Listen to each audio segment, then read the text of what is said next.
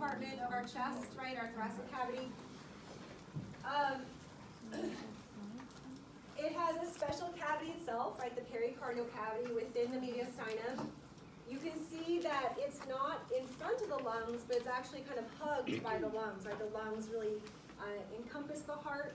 And in the very, very anterior, the heart's protected by the sternum. And if we look at the other image here, the heart will project towards the left side of your body. It's centrally located, but then reaches out to the left. And in fact, it takes up so much of the left side that the lung on the left only has 2 lobes. The lung on the right side has 3 lobes, right? So we have a missing lobe because the heart's there. And a couple of terms, the apex of the heart is the point, and the base of the heart is the widest widest portion of the heart. If you look at the heart here, you can see it's protected obviously by the rib cage and also the sternum, but definitely projecting to the left side. Okay, if we look at the pulmonary circuit versus systemic circuit, we have the heart. There are 4 chambers of the heart, so 4 areas where the blood collects. The 2 upper chambers are called atria, the 2 lower ones are called ventricles. So there's the right side. The right side, you can see, fills and pumps blue blood. What does blue mean to you? Deoxygenated, right? So oxygen poor blood. So we're collecting all that oxygen poor blood from the body on the right side, and we're pumping into the lungs. Then the left side will collect the blood from the lungs, which is nice and red, which indicates it's oxygen rich. It comes into the left atrium, pumps down to the left ventricle, and then out to the body. So the right side is called the pulmonary circuit because it pumps to the lungs. The left side is the systemic circuit. It pumps to the rest of the body. All right, so let's take a look at the lining of the heart itself. So the wall of the heart, there's 3 layers: endocardium, myocardium, pericardium. So endocardium is the inner layer of the heart, and endocardium is just that one very, very thin, invisible epithelial cell layer. It can get infected. It's called endocarditis, right, if it's infected. And I told the other class, right, anytime you have the suffix itis, you guys know what that means? Yeah. Itis is inflammation of, so endocarditis is the inflammation of the endocardium. There's a bacteria that usually causes that. Then we have the myocardium, which is the muscle itself, right? So review your cardiac muscle. So let me show you a picture, right? Review that it is one nucleus, it has striations, they're intercalated discs, and it's a branched cell. Let's go back to the picture. So myocardium. Then on the outside of the heart, we have our serous membrane. So if you remember back to Unit 1, all of your serous cavities, you have a visceral layer of the serous membrane, and they have a parietal layer of the serous membrane, and there's fluid in between the 2, right, to reduce friction so that your organs can move. So back to that. So the very, very first layer is called the visceral pericardium, but for some reason they'd like to switch the name to epicardium. So the visceral layer of that pericardium is epicardium now. So we have our epicardium. Then we have that space. We have that space for that pericardial fluid. And then we have our parietal layer. And that just retains its name. It's called parietal pericardium. Okay, so there's our parietal pericardium. And then attached to that, it becomes fibrous. So this is just one cell layer, right? It's very delicate. And then the rest of it is going to be fibrous. So fibrous meaning tough. The fibrous pericardium is going to have that structural strength, and it completely covers the heart. Some of you guys might know already that the heart comes within a bag, and the bag is this, what we call the pericardial sac. So what is this, right? This is literally just those outer 2 layers. It's that fibrous pericardium with that inner lining of the parietal layer. So this fibrous pericardium that you see attaches the heart. It comes up and attaches to those larger blood vessels at the top.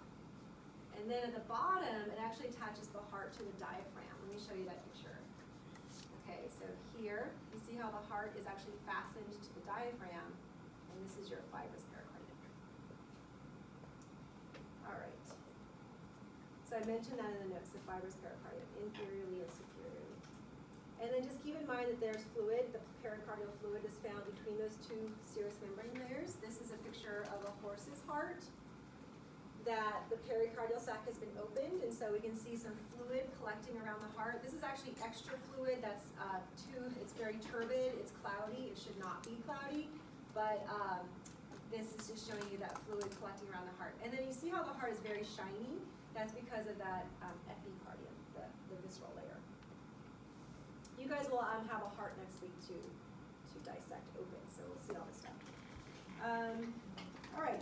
So the rest of this is we're going to go through the heart itself in the order of blood flow. So we're going to collect the blood on the right side. We're going to move through the heart with the flow of the blood. And to study for the heart, you should look at diagrams. This is a great diagram to be able to label because it has all the structures on the outside. Here's your heart. The hearts that you guys have is what I use on the exam. So if there's a different kind of heart, they also have these in the tutoring lab, so but this is it. It's called the Heart of America. So this is your heart. This is the back of the heart. Don't forget the back. Turn it around, and study the back because I think that's oftentimes just neglected. And then this is the back of your heart. And then this is the inside, right? So we're going to open up the heart, look at things inside. So let's start by looking at the surface here. All right, so the two upper chambers are called atria. The singular is atrium. And the auricle of our atrium is the flap that sits on top. So it's easier to show on a real heart, but on your hearts, you guys, so you have this light blue color, right? This flap opens up. This is the auricle. But if you turn it, the light blue color is more than just right here, right? The light blue color is also found on the back. Like all this, that's the atrium. So the auricle is just the flap that sits on top. And if the word auricle sounds familiar, it's what they use for ear. So it's an ear-like flap. So this is the right auricle of the right atrium. This is the left auricle of the left atrium. And then just take a look, you guys, this color, gold, is also the entire back side of the heart, right? So all this is the left atrium. Okay, so this color is the same. So left is the part that's right? So Yeah, yes, exactly. So that's good. When you guys are looking at the heart model or a diagram, your rights and lefts are going to be flipped from your right and left because you're looking at someone else's heart, right? So if this was my heart, it'd be like this in my chest. So this is the right side.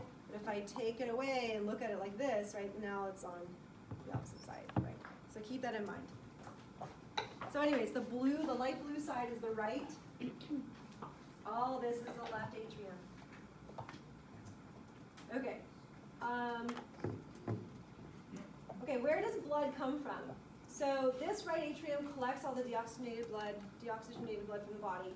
The superior vena cava is going to take all the blood from the diaphragm up, right? So all the blood from your chest, all the blood from your arms, all the blood from your head will come into the superior vena cava eventually and then drain into the right atrium.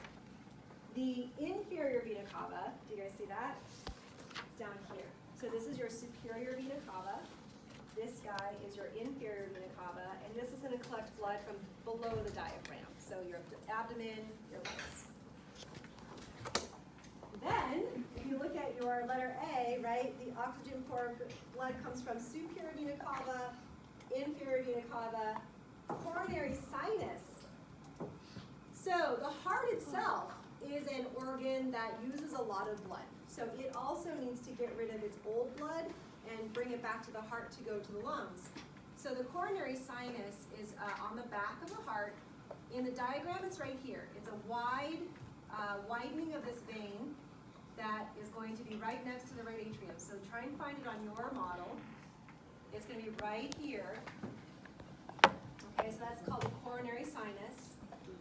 So the blood from the heart itself will eventually drain to the coronary sinus and then into the right atrium. And then we have have letter D, a small cardiac vein. So this guy right here on the front, if everybody can look at this, this is the small cardiac, this is an anterior cardiac vein, and this is going to drain blood just from right here. So it's another feature that drains right into the right atrium. Okay? You might notice that in your outline I have little numbers. Those are the numbers on the model, so that when you're looking at your outline with a model, you can match the structure up with the number. All right. Okay, so let's look at inside. All right, so let's look at the inside. So in our atria, the muscle on the wall are called pectinate muscles.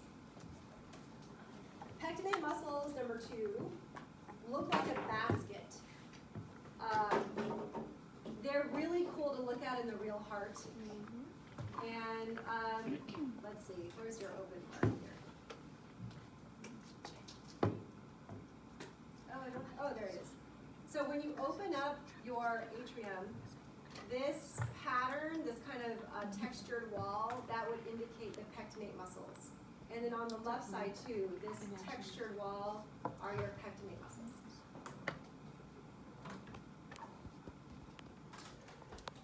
The pectinate muscles have to be very strong? No, not really. They just need to be strong enough to push the blood from the atria into the ventricles below it. So when they do that, you're going to bypass letter B, which is called the atrioventricular valve, or the tricuspid valve. I'm going to skip those 2 nodes for just a second.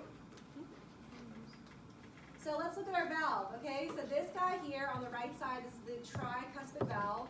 It has 3 cusps. The cusps are these flat areas of connective tissue. Then these cusps will merge or become these little cords. These are called chordae tendineae. And then the chordae tendineae will then come down and attach to specialized muscles of the ventricles. These are called papillary muscles. There's a lot of different muscles. There's pectinate, papillary, trabecular carne. It's kind of a pain in the butt. Anyways, so the blood is going to pass through the tricuspid valve as it fills up the right ventricle. What's the job of a valve? Why would we have a valve between these 2 openings? To prevent backflow. To prevent backflow. Okay.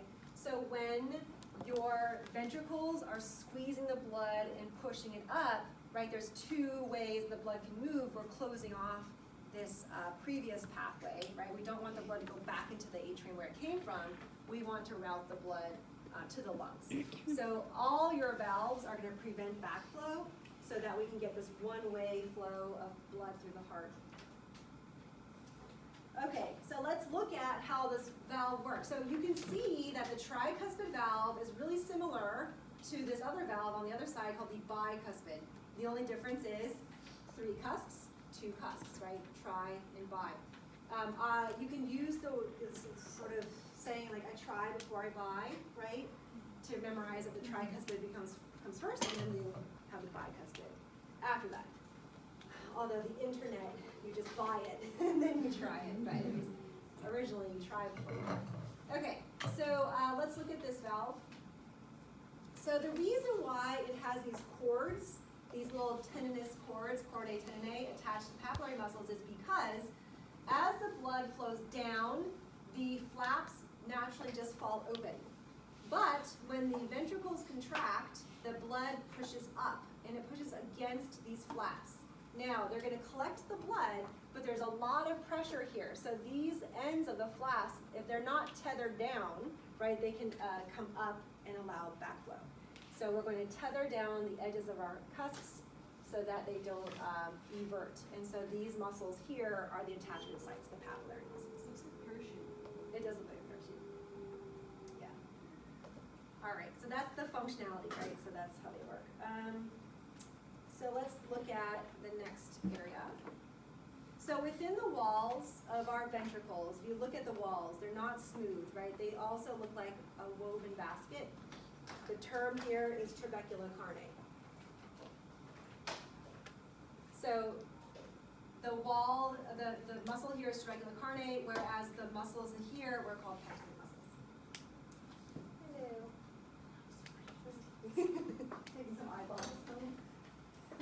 All right, so then let's see. So in the right ventricle, we have trabecular carne, capillary muscles, and then we're going to pump the blood into the pulmonary trunk. So here's our pulmonary trunk, right? Here, this blue guy. And there's another valve here because we don't want the blood to flow back into our ventricles, so it closes it off. So this is our pulmonary valve or pulmonary centrifugal valve. You can see that the valve is different shaped than our tricuspid and bicuspid. So let me just show you how this works real quick. It's simple. They just catch the blood. So when the blood pushes past those little flaps, they naturally open. When this blood settles back down due to gravity, they're little bowls, right? They're cereal bowls, and so they hold the blood, and there's 3 of them, so they catch the blood and they just completely fill up that space so that the blood remains within the pulmonary trunk. So that's just how it works. And when you guys open up the heart next week, these valves are really cool because they're super thin. All the valves are really cool. Like they're so thin, they're see-through, but they are very strong. If you try to rip them apart, it's very, very difficult. So they're super, super strong structures. All right, so now we're moving from our pulmonary, so you guys all see your pulmonary trunk here? The front is a blue, nice blue blood vessel. You have to use the word trunk where it says trunk. You have to use the word artery where it says artery, veins where it says veins, because all these are, they have meaning and we need them in the future. So this is your pulmonary trunk. Trunks are very short blood vessels that eventually will become an artery or a vein. So the pulmonary trunk will take the blood here and then it'll split to go towards the lungs. So these are called pulmonary arteries. There's a left pulmonary artery, and then you can turn your heart slightly around to see the right side, the right pulmonary artery, because we're going to the right and left lung. If you guys are kind of puzzled right now because why is an artery blue? Most of the time when we see arteries, they're red. The official definition for an artery is a vessel that carries blood away from the heart. It doesn't matter what kind of blood you're talking about, oxygenated or deoxygenated. So A for artery, A for away from the heart. Veins are the opposite, right? Veins are vessels that carry blood towards the heart.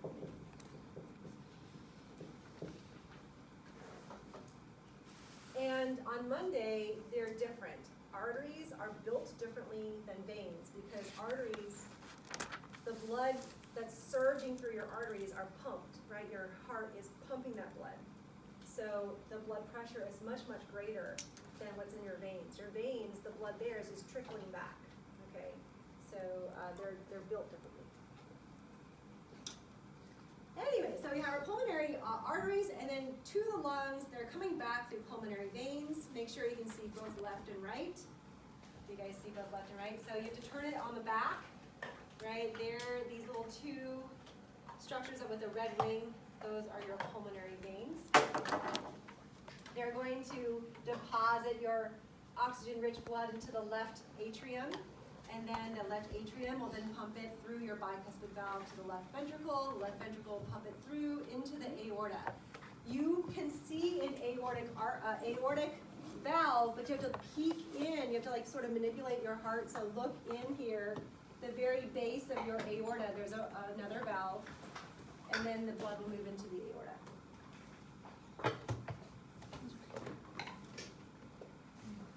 Okay. So I kind of sped along here. So now I'm on letter K, which is the ascending aorta, the aortic arch, and the descending aorta. Okay? So as blood rises, this segment of the aorta is the ascending. As it arches, obviously it's the arch, and then as it comes down back behind the heart, it's called the descending aorta.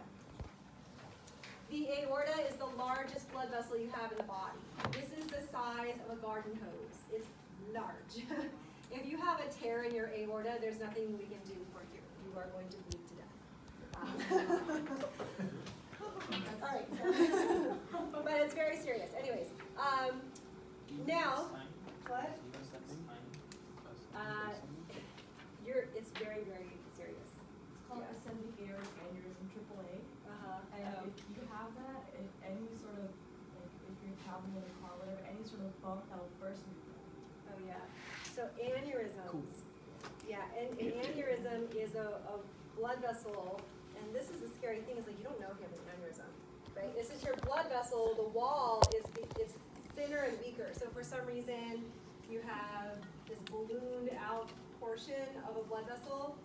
Yeah, and then it could burst at any moment, like who knows, right? A bump in the car ride, chiropractic work, if you have a chiropractor pushing on you, he could kill you or she could kill you.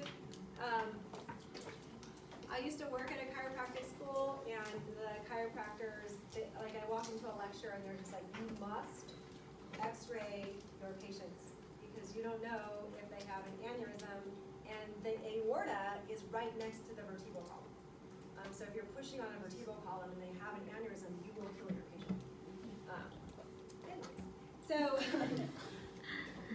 so let's talk about the next part. So the aorta, as the fresh blood is coming through here, the heart itself is going to feed itself with blood vessels coming right off of it. So if you look under the branches off the ascending aorta, there are coronary arteries. So let's take a look at this picture.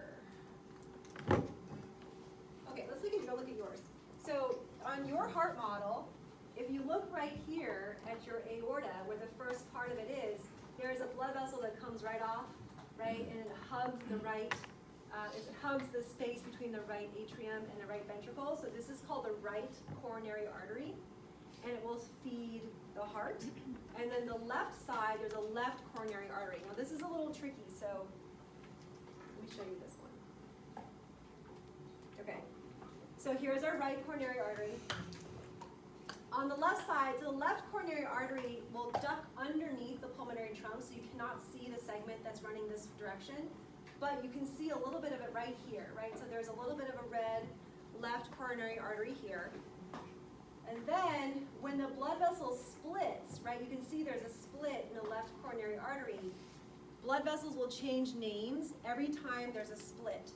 So the one branch that comes down the front of the heart is called your anterior interventricular artery, and the other branch that curves along the left side is called the circumflex branch. This is actually at the end of the lecture, so we'll come back to it. It's written down at the end of the lecture, but I just wanted to point that out here, that there's two coronary arteries that immediately feed the heart itself. And then we want to look at the branches here off the arch. This first branch is called the brachiocephalic trunk. You need to add the word trunk. I can't believe I left it out. But branches off the aortic arch, the brachiocephalic trunk. The left common carotid artery is the second one. And then the third one is the left subclavian artery. So these two are arteries, but that first one is a trunk.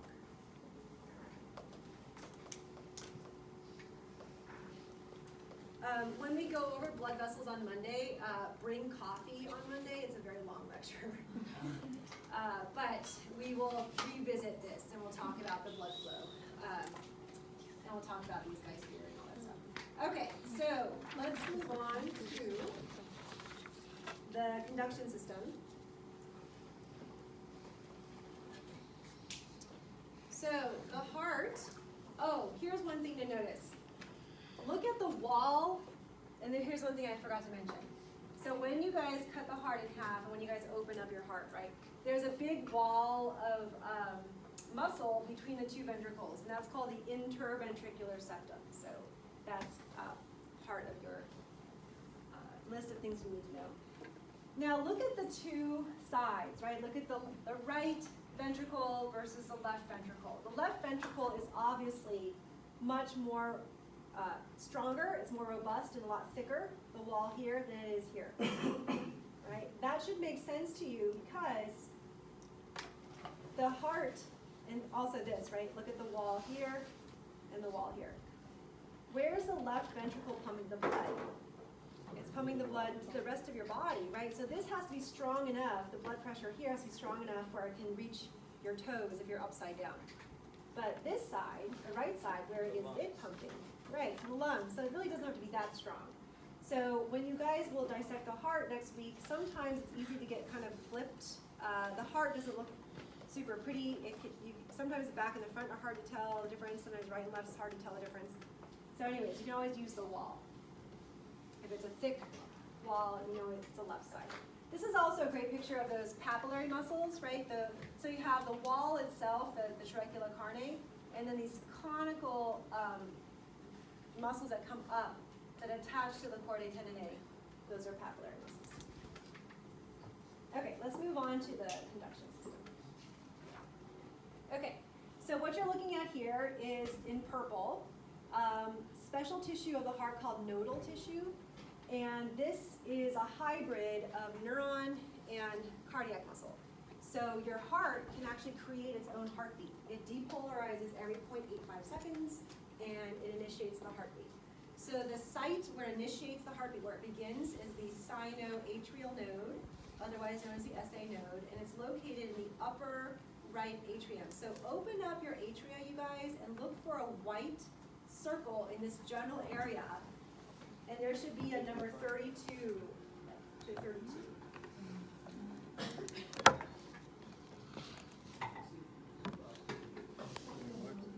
Yeah, it's the blue. You see it? So that's your SA node. Okay? Then the second node, so the action potential will begin here. It'll travel to the AV node. So the pathways are called internodal pathways. And then we have the AV node. The AV node also has a number in your atria. It is number 36. Okay? Yeah. So we have 32 SA node, 36 AV node. From here, the action potential will travel down that interventricular septum. The nodal tissue here are called bundle of His, or just AV bundles. Okay.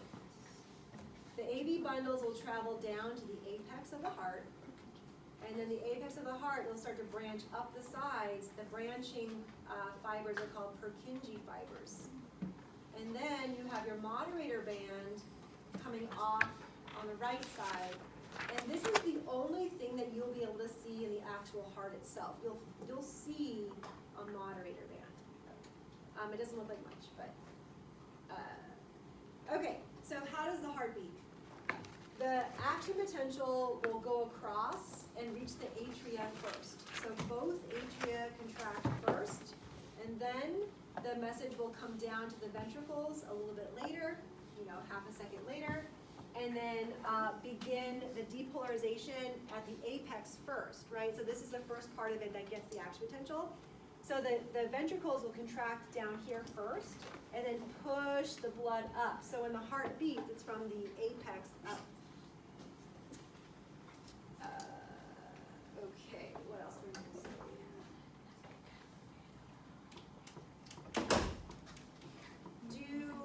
Do you think the heart can beat outside the body? Does the heart need to be inside the body to have a heartbeat? No. All right. Why would I ask that question? This isn't the craziest thing I've ever seen in my entire life. Apparently a turtle's heart still beats after you cut it out of its body.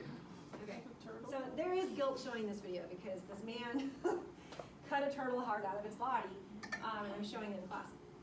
So the atria are contracting first, and then the rest of the heart are the ventricles. So the ventricles are the bulk of the heart, but you can see how they're offset. And as long as the tissue has oxygen and it's making ATP, it will go ahead and contract. All right. Okay, so can you adjust the heartbeat? Yes. Of course you can. Right. So they're innervation from your autonomic nervous system. So there are sympathetic fibers, and there's also parasympathetic fibers that go there. If you remember nervous system, if you haven't completely scrubbed your brain of it, it's the vagus nerve. The vagus nerve is in charge of your viscera, and it calms everything down.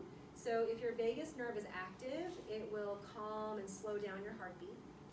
And the sympathetic fibers are then what? This is then I kind of gave this away, right? If your sympathetic fibers are active, it will increase your heart rate. What do you think? So make it beat faster. So if your vagus nerve slows it down, the sympathetic fibers will speed it up, right? So this is fight or flight. This is rest and digest. So yeah, so there's innervation coming from the autonomic nervous system, but absent of that, your heart will always beat in that regular fashion. What if your SA node didn't work that well? Yeah. Oh, I just had a question. Yeah. So you know how you said our heart is always towards the left? Yeah. Isn't there people who have it on the right? Yeah. So then they have. Do you have that? No. No. There are people that are born with their organs flipped, and I forgot the name of the disorder, but their whole body is flipped. Yeah. Yeah, so I'm sure it's like a surprise to surgeons if they ever go in there, like, oh. Yeah. All right, if your SA node was having issues, it means that you would not, your heart would not have a regular heartbeat. You might, might stop beating. It might have a fibrillation, which is an irregular heartbeat. So this is a pacemaker. Artificial pacemaker is implanted in the chest, and it's a device that can sense if your heart is in fibrillation, if it has an irregular heartbeat, and then it will shock your heart back into a regular heartbeat, just like a defibrillator, right? Just like if someone was having heart issues, there's defibrillators that can shock you back into a regular heartbeat. One of the interesting things about this was just a story a student told me. Her father had a pacemaker, and she was holding his hand, and the pacemaker went off, and she felt the shock because our bodies conduct electricity, so it passed on to her. All right. Under this next part, the letter D, echocardiogram, just know that the ECG, echocardiogram, and EKG, it's the same. So I heard this a while ago, and I'm pretty sure this is correct, but the echocardiogram was invented in Germany, where they spell cardio with a K, but then when we took it over, we spell cardio with a C, so ECG, EKG is the same thing. Physiology is going to take care of a lot. You're going to go into a lot of detail about what these little spikes mean. But I'm just going to introduce the terms to you. So tachycardia is a faster than normal heartbeat. Bradycardia is a slower than normal heartbeat, which I don't have here. And then fibrillation is an irregular heartbeat. There's different kinds of fibrillation, but this is ventricular fibrillation. So you can see it's very irregular. This is actually a heart attack. This is not a good thing to see. And so that's it. And of course, a defibrillator can shock your heart into a regular beat again. Okay, so let's see. All right, we're almost there. So let's look at the blood supply to the heart. I think the heart attack is down there. The very bottom one's called a STEMI. Oh, myocardial infarction, yeah. Yeah, this is definitely a heart attack. It's called a STEMI? It's called a STEMI, ST elevated myocardial infarction. So the rhythm is PQRST. Yeah. Yeah. Yes. Okay, so we're back again, right? So we're just looking at the blood flow to the heart itself. So this guy right here, that's your right coronary artery. Notice how the right coronary artery does curve and go to the back of the heart. The left side, the left coronary artery, goes behind the pulmonary trunk, comes out, and then there's two major branches, right? So I mentioned the anterior interventricular artery, and then the circumflex goes around the left side. Notice that the left side and the right side, they both come together in the back, and that's a site of anastomosis. So anastomosis is a junction of blood vessels, which is in your outline. And the anterior and posterior are also joined. So the anterior interventricular artery, you can see the back drop down, and that's your posterior interventricular artery. And there's another anastomosis here. Notice there's a marginal artery, so this guy right here is shooting off the right side and serving basically the right ventricle here. All right, so those are all the blood vessels you want to find. Can you guys find this on your model? Let's take a look, right? So we have, let's actually look at this. Oops. So let's look at your model and find all the arteries that we just found. And then actually we can name the veins too. Okay, so here's our right coronary artery. Where's marginal? So marginal is going to be at the margin of the heart, and it's right here, right? So if you follow the right coronary artery to the back, right? So we're going to have this one that goes down like this. This is your posterior interventricular artery.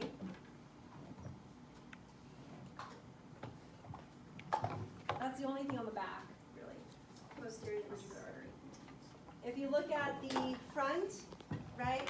This is what I talked about a little earlier. This is a left coronary artery up here. When it splits, we have the two branches. Anterior interventricular artery goes down the front of the heart. Circumflex goes around, and you can sort of follow it to the back. The veins of the heart, they go right alongside. So it's great, middle, and small. Where's the great? Great is right here. This is the great cardiac vein. It stays the great cardiac vein. So it's going to stay the same name as it travels around to the back of the heart. Let's look at the back of the heart. So this is all the great cardiac vein. So where does the great cardiac vein stop? When it becomes the sinus. This is called the coronary sinus. This guy, right? So the red one was the posterior interventricular artery. This is the middle cardiac vein, next biggest. Where's the small cardiac vein? The small cardiac vein is right next to marginal. So remember our little marginal guy right here? That's our small cardiac vein. So they run in pairs. The only one that's unpaired is this cardiac vein right here. This is your anterior cardiac vein. And we mentioned that in the very, very first part of the heart where it was like just draining blood directly into the right atrium. All right. So there's our vasculature of the heart itself. Here's a nice picture of the blood vessels to the heart. Okay, so one question for you guys. What is it?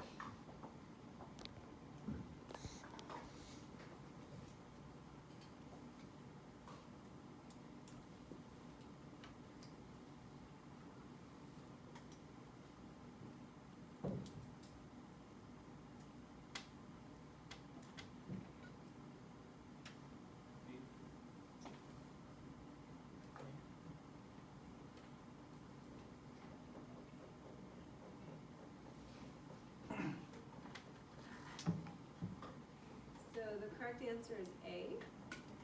All right, the atria contract together before the ventricles.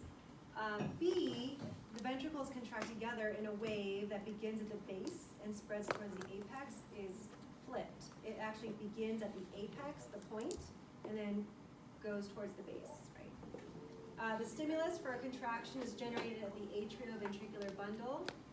What can replace this to make it a correct statement? I say no. Yeah.